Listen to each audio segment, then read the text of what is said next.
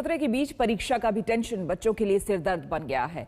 इसी दुविधा को दूर करने के लिए शिक्षा मंत्री सामने आए। सीबीएसई की 12वीं की परीक्षा पर सस्पेंस खत्म किया। सभी राज्यों के साथ केंद्र सरकार की एक हाई लेवल मीटिंग हुई, जिसके बाद ये फैसला किया गया कि 12वीं की परीक्षाएं होंगी, लेकिन ये परीक्षा कब होगी, परीक्षा का पैटर्न क्या होगा, ये फैसला बाद में किया जाएगा। सीबीएसई बोर्ड की 12वीं की परीक्षा होगी या नहीं, इस सवाल से पर्दा उठ गया है। 12वीं की परीक्षा होगी और ये परीक्षा कब होगी, इसकी तारीख 1 जून को केंद्रीय शिक्षा मंत्री रमेश पोखरियाल निशंक बताएंगे।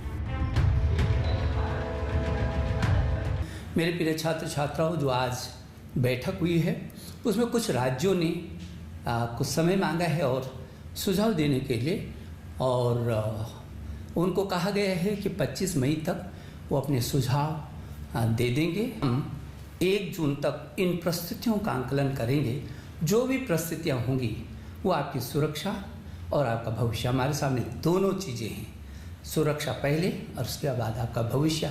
इन दोनों को देख करके हम फिर 1 जून को आगे का आपको अवगत कराएंगे, जो भी परिस्थितियाँ होंगी।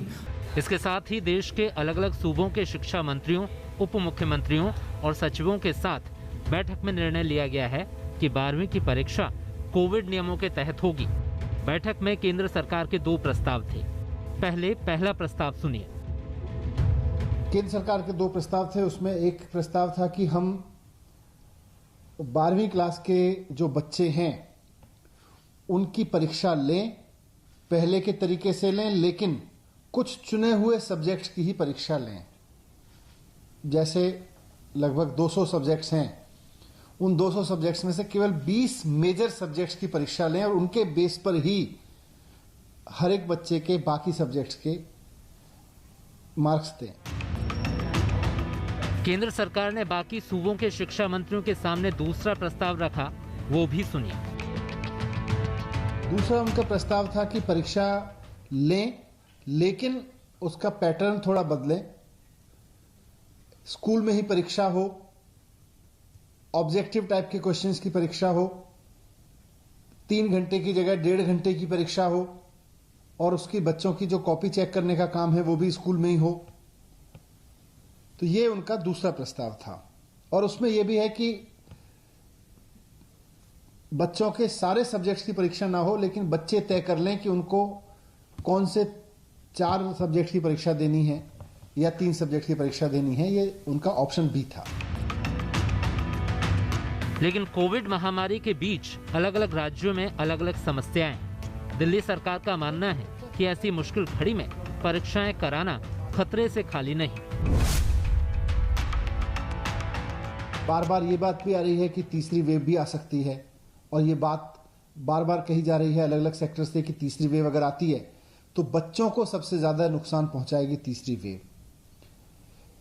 ऐसे में दिल्ली सरकार का मानना है, मुख्यमंत्री अरविंद केजरीवाल जी ने भी मुझको कहा कि ये प्रस्ताव केंद्र सरकार के सामने रखा जाए कि बच्चों की सेहत से, बच्चों की सुरक्षा से खिलवाड़ करके हमें परीक्षा पूरा करने का शौक नहीं पूरा करना चाहिए। बात सिर्फ इतनी नहीं है। दिल्ली सरकार की ओर से बैठक में कहा गया है कि 12वीं के बच्चों के लिए वैक्सीन की व्यवस्था की जाए। परीक्षा कराने की जिद नासमझी साबित होगी।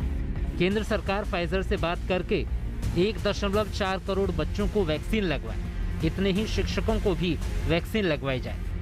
इसके अलावा दिल्ली सरकार की ओर से कहा गया है कि केंद्र सरकार हेल्थ एक्सपर्ट से बात करके पूछे कि क्या 17.5 साल के बच्चों को 18+ वाली वैक्सीन दी जा सकती है। अगर हाँ, तो उन्हें वैक्सीन दिलाई जाए। महाराष्ट्र सरकार की ओर से बढ़ते कोविड केस को लेकर चिंता जताई गई।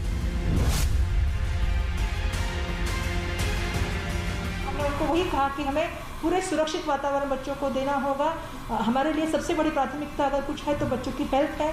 आज बच्चे 1.5 साल से आप सभी लोग को मालूम है कि परीक्षा की तैयारी कर रहे हैं। पेरेंट्स में कहीं ना कहीं एक संभ्रम की भावना है, तो हमें ऐसे ही कुछ सोल्यूशन पे जाना पड़ेगा जो बच्चों के लिए हित में हो।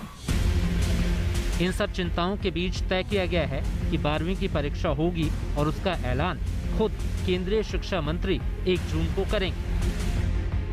हिमांशु मिश्रा, दिल्ली, आज तक। और अब आपको छत्तीसगढ़ के सूरजपुर के डीएम और एसडीएम की गुंडा